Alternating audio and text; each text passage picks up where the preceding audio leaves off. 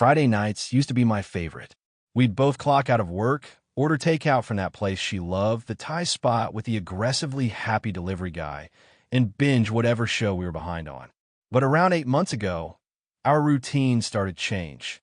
It started slowly.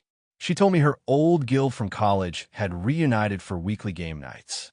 "It's our tradition," she said, smiling as she booted up her ancient laptop and disappeared into the spare bedroom with her headset. At first, I didn't think twice. We all need our space, right?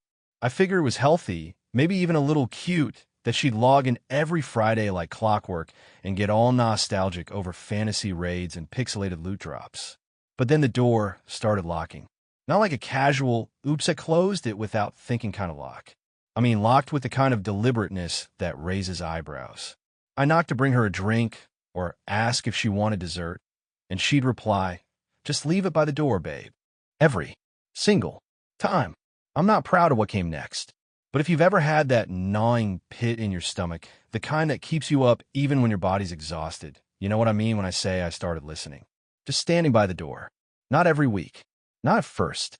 Just when I was sure I heard her laugh in that way she used to laugh with me. That soft, involuntary, slightly nasal giggle that usually came when she was being flirted with and pretending she wasn't enjoying it. And I heard it. Not once. Not twice. But again and again. I catch fragments through the muffled barrier of the door. "No, you're awful. You always make me laugh. If only things were different." Those weren't raid commands. That wasn't her yelling about cooldowns or spell timers or healing rotations. That was something else.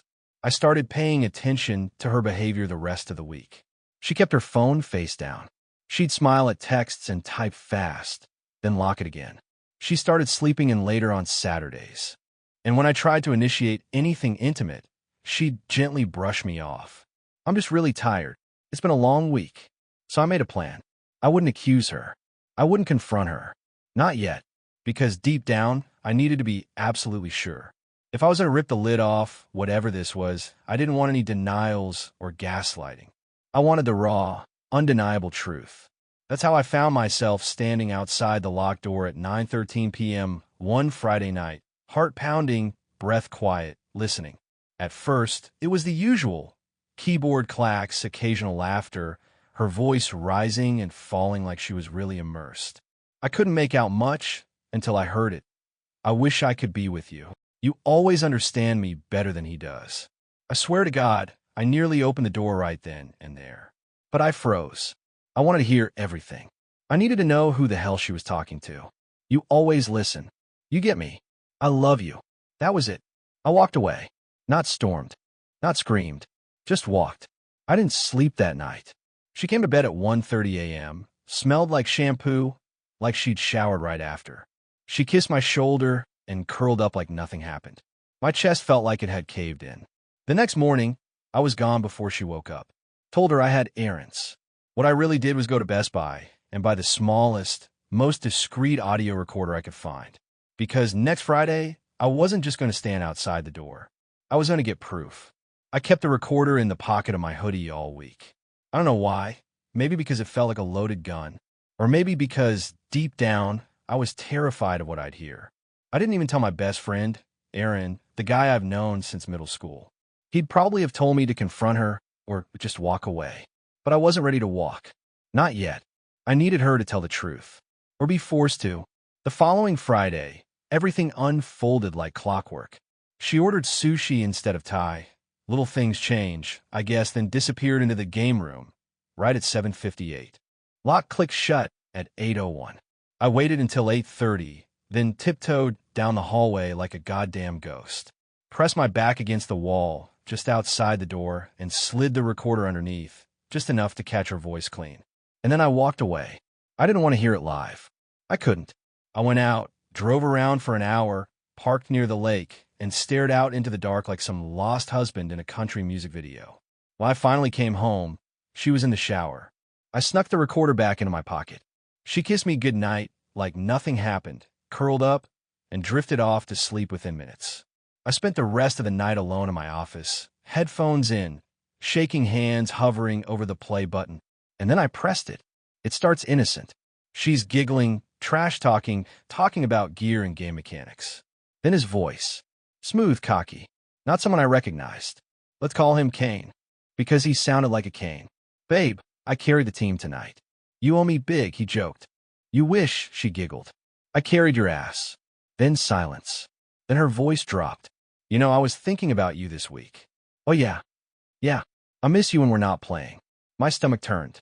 They kept going, not overtly sexual, but intimate. Familiar. Emotional. The kind of closeness that doesn't come from a few dungeon runs. Then the bomb. You still haven't told him about us? Kane asked. No. I can't. He'd be crushed. But you love me, right? I do. I don't know how to leave. He's safe. You're exciting. That line stuck with me like a shard of glass in my chest. I was the safety net, the backup plan. Then something even weirder. Kane said, we'll tell him soon. I promise. Just let me handle it. You'll see. I know him better than you think. Wait, what? My ears perked. Did he just say?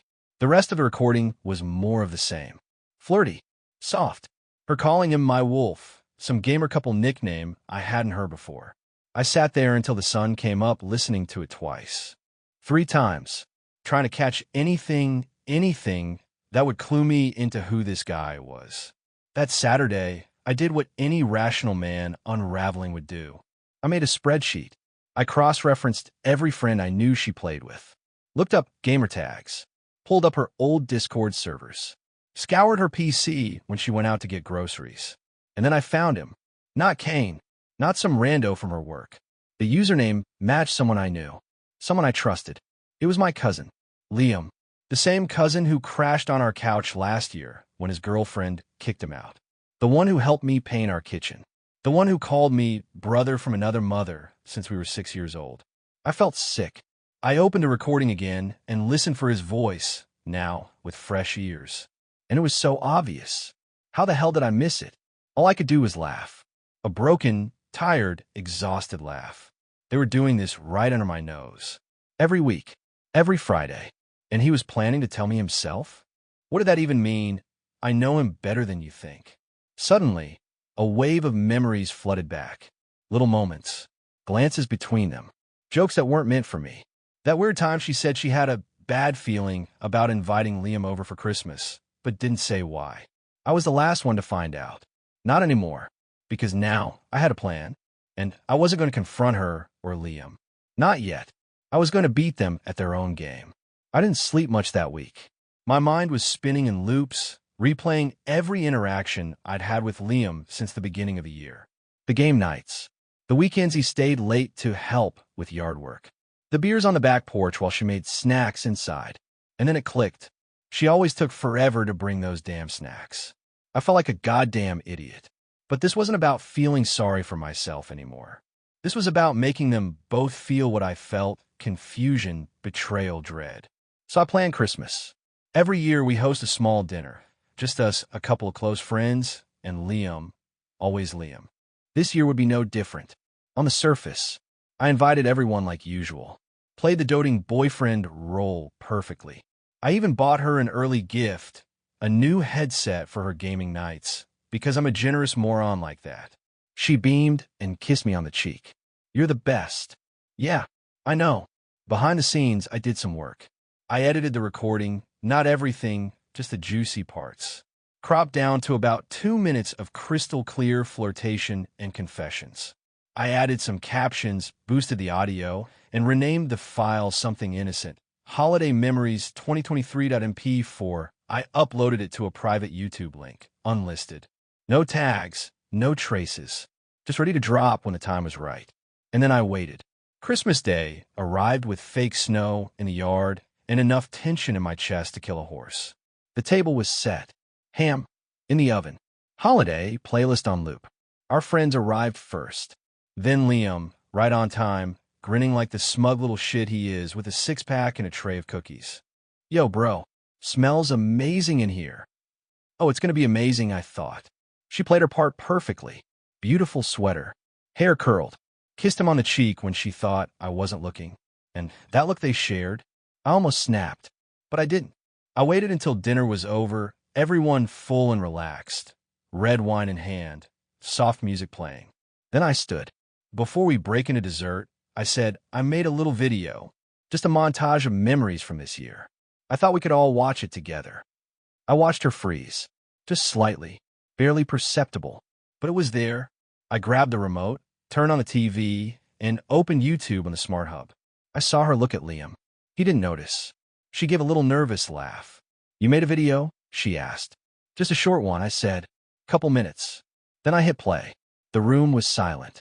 First, a couple of quick images of the three of us, me, her, Liam, at the beach laughing. Our friend smiling. Harmless. Then the audio kicked in. Her voice, soft, sensual. You always listen. You get me. Liam, but you love me, right? Her again. I do. I don't know how to leave. He's safe. You're exciting. The table froze. Fork stopped. Liam's face turned a slow, burning crimson. My girlfriend, ex-girlfriend, mentally dropped her wine glass. It didn't shatter, just thudded against the floor and rolled as the audio kept playing. If only things were different, they will be. I know him better than you think. And then I ended the video. Black screen. Silence. I let the moment hang, like a noose. Then I turned to them both and said, voice calm as ever, now you don't have to wonder how I'd react when I found out. She stammered. It's not what it sounds like. It's exactly what it sounds like, I said. Liam stood. Man, I wasn't supposed to. You know what? I cut him off. I don't want to hear it. Not tonight. Not ever again. Then I turned to our friends, who were still sitting in stunned silence. Sorry to ruin dessert. You guys don't deserve this drama. They left pretty quickly after that. No one really knew what to say. Who would? Liam left without a word. Didn't even take his coat. She stayed. Tried to explain. Cried. Screamed. Begged. Said it was emotional, not physical. I just walked into the bedroom, locked the door, and didn't say a word. The next day, she was gone. Took a bag and disappeared to who knows where. Liam didn't respond to any messages. Not that I sent any, but our mutuals tried. I felt hollow, but also peaceful, until a new twist hit me. A week later, I got a letter in the mail. Handwritten, no return address. The first line? I didn't know how else to tell you this. But Liam's not who you think he is. The letter was short. No envelope. Just one folded piece of paper, sealed with tape like whoever sent it didn't want it accidentally opening in transit. No name on the front. No signature at the bottom. I opened it expecting some pathetic attempt at damage control from her, or worse, from Liam. But what I got instead was confession. I didn't know how else to tell you this. But Liam's not who you think he is. This isn't easy to say. You deserve to know that the man you grew up with, the one you've trusted like family, he's not just a liar or a cheater. He's dangerous.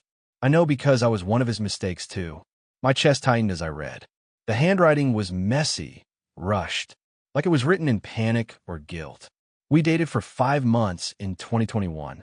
He told me I was his world, promised he was leaving his situation, that I just had to be patient. I found out later I wasn't the only one. Not by a long shot. There were others. At least 3 that I know of. Some of them married. One had a baby. He's a manipulator. A pro. He pretends to be this laid-back good guy, but he learns your weaknesses and weaponizes them. He's not in love with your girlfriend. He's in love with taking what he can have. My hands were trembling. The letter ended with, I'm telling you this not because I want to hurt you more, but because you need to stop blaming her entirely. She's not innocent, but she's not the first, and she won't be the last. Get out. Start over. And don't let him back in your life. No name. No way to trace it. But somehow, I believed it. That weekend, I went down the rabbit hole. Started digging into Liam's social media. His old photos. His tag posts. Comments from women I'd never noticed before. A few accounts were deactivated or maybe blocked. But one stood out, a woman named Amanda. They had old, flirtatious comments from 2021. She'd written things like, don't forget what you promised me under photos. So I messaged her. Didn't expect a reply. But 2 days later, I got one. You're not the first person to ask me about Liam, she wrote. What did he do this time? We talked for over an hour. Turns out, Amanda was dating him while he was living with me. Yep, the time he claimed he was figuring things out after the breakup. He was stringing her along, telling her we were roommates, that my girlfriend was his ex who couldn't let go. She broke it off after catching him with another woman in her own apartment, a woman she later found out was married. This man wasn't just a snake. He was a goddamn serial manipulator. And my girlfriend, ex I should say, had fallen for it. Or maybe she wanted to be fooled. Maybe part of her was just looking for a way out and Liam offered a shortcut. Either way, I'd stopped feeling sorry for either of them. Now, I just wanted distance and closure. She texted me again that week. Her, please. Can we talk? Me, no. Her, I was confused. He said things. He made me feel like I didn't matter to you anymore. Me, you locked me out emotionally, then physically, then literally. Her, I was lonely, but I didn't mean for it to go this far. I didn't respond after that. But she wasn't done. 4 days later, I came home to find her on the porch, crying. Hood pulled up, her car parked crooked on the curb. I just want to explain, she said. I let her talk. Why not? I was calm now. Too calm. She told me Liam had been messaging her since she left, that he was spinning it all, saying I set him up, that I doctored the audio. I laughed. Couldn't help it. I guess you get what you deserve when your affair partner is a pathological liar, I said. She looked destroyed. Not dramatic sobbing. Just broken. He told me he loved me, she whispered. Yeah, I said. He tells a lot of people that. Then I said something that surprised even me. I'm not mad anymore. Not at you. Not even at him. But I'm done. She nodded, slow, like it took effort. I understand. She walked back to her car and drove off. No more texts. No more notes. But that's not the end. Because just when I thought everything was finally over, I got one last message. From Liam. It came in at 2:17 a.m. A screenshot of my YouTube video. The one I thought was private. And a message. Clever. Real clever. But you're not the only one who can play games. It's strange what anger turns into when it finally burns out. Not forgiveness. Not exactly. More like clarity. When I got that message from Liam, you're not the only one who can play games, I didn't feel fear. Not rage. Just confirmation that he wasn't done, and he didn't like losing. The next morning, I got a text from an unknown number. Then another. Then another. All screenshots. Of me. Photos from years back. College party stuff. A blurry one where I'm shirtless, hammered, flipping off the camera. Then messages. Out of context quotes, pulled from chats. Me venting about work. Me calling a co-worker incompetent. One where I joked about blowing off steam by skipping out on a cousin's baby shower. Stupid, harmless stuff. But I knew exactly what he was doing. He was building a counter-narrative. Trying to make me look like the villain in case I told anyone else what he did. And if I'd been the kind of person to just explode and post his name everywhere, maybe it would have worked. Maybe he'd get ahead of the story. But I'd stayed quiet, which meant this wasn't defense. It was offense. I forwarded the text to myself, then to Aaron, my oldest friend, the one who'd always said Liam gave him the ick. Then I sat down and wrote out everything that had happened, start to finish. The recordings, the letter, Amanda, the text logs, her confession, Liam's threat, put it in a single PDF, backed it up to the cloud, printed out a hard copy, and stuck in a safe. Then I made 2 decisions. 1, I wasn't going to play defense. I wasn't going to wait for the next move. 2, I was going to make damn sure he never got close to anyone I care about again. I called his workplace, spoke to HR calmly, professionally, told them I had reason to believe someone in their IT department was using company resources to harass and slander an individual over a personal matter. I didn't drop the bomb right away, just laid the foundation. 2 days later, I got a call back. They looked into his activity, found questionable behavior, didn't give details they can't legally, but I could tell by their tone. They were not happy. Then I reached out to Amanda, gave her everything, asked if she'd be willing to talk to HR directly. She said she'd love to. Apparently, he'd also put her name down as a reference on a recent promotion request. That didn't age well. A week after that, Liam's sister, my cousin Emily, called me. He's been suspended, she said. Something about ethics violations and inappropriate communications. He swears you set him up. I didn't even deny it. I didn't set him up, I said. I just stopped covering for him. She was quiet. Then she said he always had this way of pulling people in. I think we all let him slide too much. Damn right, we did. As for my ex, she moved in with a friend for a while. Tried texting me once more, asking if I wanted to talk like adults. I didn't reply. I didn't block her either. Some silences are louder than words. I focused on my own life. Got back in a gym. Reconnected with old friends. Started volunteering on Sundays, something I always said I'd do when I had the time. I from it you. Months later. Slow. No rush. She knows the whole story.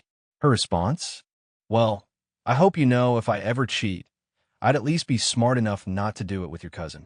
We laughed, and it felt real. So yeah, that's the story. I caught my girlfriend whispering, "I love you," to her gaming partner. Turned out the partner was my cousin. Turned out my cousin was a serial manipulator who'd done this before and would have kept doing it. I didn't scream. I didn't break things. I didn't start a war.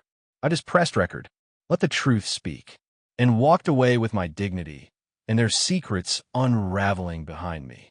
Because sometimes the best revenge is letting them destroy themselves.